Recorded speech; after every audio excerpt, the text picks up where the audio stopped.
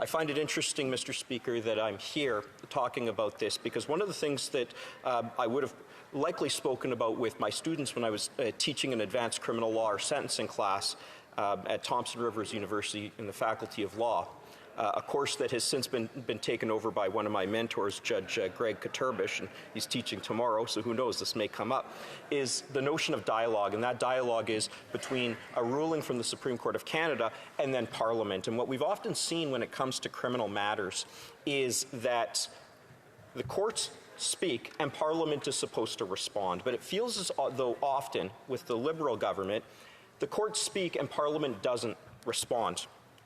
And one of the things that I noticed here is that the Parliament hasn't responded when it has come to sexual offences. Now, I put the minister quite on the spot, and I anticipate he's going to ask a question here, and I invite him to ask a question. And Mr. Speaker, I'm going to look directly at him. And I asked the minister in a question whether he supports restricting the use of conditional sentence orders, that is house arrest or jail in the community, particularly for people who offend against children. Yes or no? I really hope he addresses that question when we have time for questions and answers. Now, one of the things that struck me and really stuck out to me is this, and this is the first provision. It's speaking about changing one of the provisions. Somehow it got missed, section 153.1 sub 1 sub A. From 5 years to 10 years, and I believe that was sexual exploitation of a person with disability. I may be just saying that colloquially. I can't remember the precise title of the term. And it says a person will be liable on indictment to 10 years. Now, here's what's interesting about that, and this is what really frustrates me about this. It's not that we're raising it. It's that we're not raising it high enough. So I tabled Bill C-299. I was heckled by the Liberals when I did it.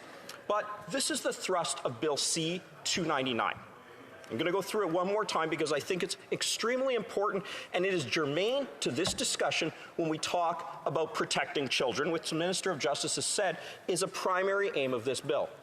We have various offences in the criminal code that will end with a potential of life imprisonment, as in life is the maximum sentence, and that the one I always go to is robbery. Robbery is the deliberate taking of property without consent. Theft plus violence is robbery. It's the most basic thing. What is sexual assault? What is a sexual offense? A sexual offense is a sexual element plus a lack of consent or violence, pardon me. It's a sexual element and violence, lack of consent. So what is the maximum term here? 10 years. 10 years. The maximum term for sexual assault against an adult is 10 years. The maximum for most sexual offenses against children is 14 years. And yet we're falling into that same trap here. We actually are valuing and saying that the taking of property without consent is more serious than taking somebody's sexual dignity without consent. 10 years. That is what someone's dignity, inviolability, consent is worth. 10 years. And it is incumbent on this chamber, and I will say to every single person here, that Parliament address this. I would ask every single person here, would you prefer to be robbed or prefer to be sexually assaulted? I can tell you right now, 100 times out of 100, most people here would say, I would take the robbery. Why? Because there's something about our bodily dignity. There is something about our bodily integrity. And victims, like the people with My Voice, My Choice, who spoke so eloquently to me in the past, who I found to be so compelling in their presentation. People in that position are often in a psychological life sentence. They are serving a psychological life sentence. So when I ask the Minister of Justice, do you support house arrest when these people are in themselves a psychological jail? There's a reason for it. We as legislators have not kept up with the research that tells us the pernicious effects and sometimes the insidious effects of sexual violence against children.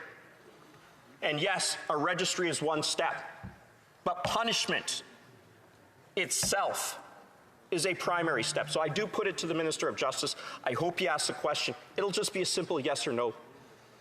Do you support the elimination of conditional sentence orders for sexual offenses, particularly sexual offenses against children? And my message here, Mr. Speaker, isn't just for all of us here. We talked about a dialogue. Mr. Jacobucci talked about that in one of his decisions from many years ago. This is a dialogue I wish to have with judges, Crown prosecutors, of whom I was one, defense lawyers, and most importantly, victims, that those of us who are in this chamber will stand up for victims every single chance they get. I can say this, I've said it before, and I will say it again.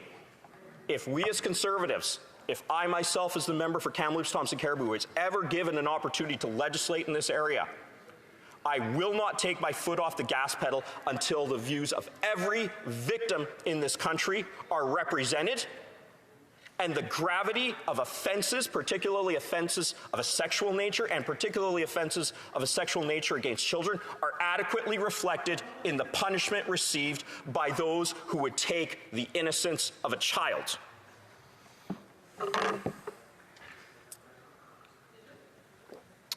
Mr. Speaker, I do have some experience with the publication ban end of things, something that my colleague from Esquimalt Saanich asked my colleague from Kildone and St. Paul after her excellent presentation. I actually remember one of the first times I can ever remember this happening where a victim set aside her publication ban. And we did have a number of people from My Voice, My Choice who have come forward, who have said, I have been a victim. Please leave this to me as to whether or not I get to speak. So that is something that will certainly be debated at committee. My hope is that a representative from that group will be permitted to attend. Mr. Speaker, this legislation also imparts a new application for a victim that they can put on an application forward, and that the court must hold a hearing to determine whether the order is revoked and will include the victim's wishes. Far too often, Mr. Speaker, we don't incorporate the victims. They are an afterthought. Sentencing is so often an offender-centered approach, and I understand why. They are the person. But when we ultimately look at who is impacted, it's not just the offender who is impacted, particularly when we are talking about sexual offenses. One of the primary offenses, for instance, is Section 163.1, listed here as child pornography. It is my hope that that term will never be used again in this legislation. Bill C-291, which I drafted and my colleague from the Okanagan put forward, is currently at second or third reading in the Senate to change the name of child pornography to child sexual abuse and exploitation material to reflect the actual harm which is done. Mr. Speaker, I see I'm running out of time. I see that the Minister of Justice is still here. I hope he rises right now when he asks me a question to indicate whether he does favor eliminating house arrest for those who would steal the innocence, take the innocence of children when those children are themselves abused. Thank you. Excellent question. Questions and comments? The Honourable Minister of Justice. Thank you very much, Mr. Speaker. In terms of sort of opening comments, I would say that this bill was initiated in the Senate and studied extensively over some months and carefully considered in that chamber. So that's the first point. Second point is that I absolutely share my colleague opposite's conviction and commitment to eradicating the scourge of sexual offenders in this country and keeping people safe. And I think what's important is that this bill helps to do that by maintaining a sex offender registry. So the simple question that I have for him is that given that we must pass this legislation quickly, or else that registry will cease to operate for convictions that occur from October 29th and following, will the member opposite join me in committing to prevent that dangerous outcome and help to get this bill to royal assent before October 29th, or is he willing to lose that sex offender registry going forward? Thank you. The Honourable Member for Kamloops Thompson Caribou. Mr. Speaker, I gave the minister two chances And he talked about dangerous outcomes. You know what I call a dangerous outcome? I'm going to look right at him. The dangerous outcome is the potential for somebody who abuses a child. Significantly at that, there was actually a case that was overturned on appeal of an 8-year-old abused by their own parent. It was overturned on appeal because that parent received a conditional sentence order. That was the potential. I've given this minister a chance. I'm really disappointed that he would not answer that very simple question. He asked the same question to my colleague from Kildonan and St. Paul. He's going to get the same answer. Here we are, a month in advance. Is the Liberal government asleep at the switch? We know they're asleep on housing. We know they're asleep on inflation. Are they asleep on crime? Clearly. This bill originated in the Senate. They didn't bring it forward. How long does it take to draft a bill with an army of lawyers, with the help of the Department of Justice, and yet we are told it is our problem? We will look at this bill at committee, and I am committed to doing everything I can through this bill to protect children. I just hope he answers the question next time.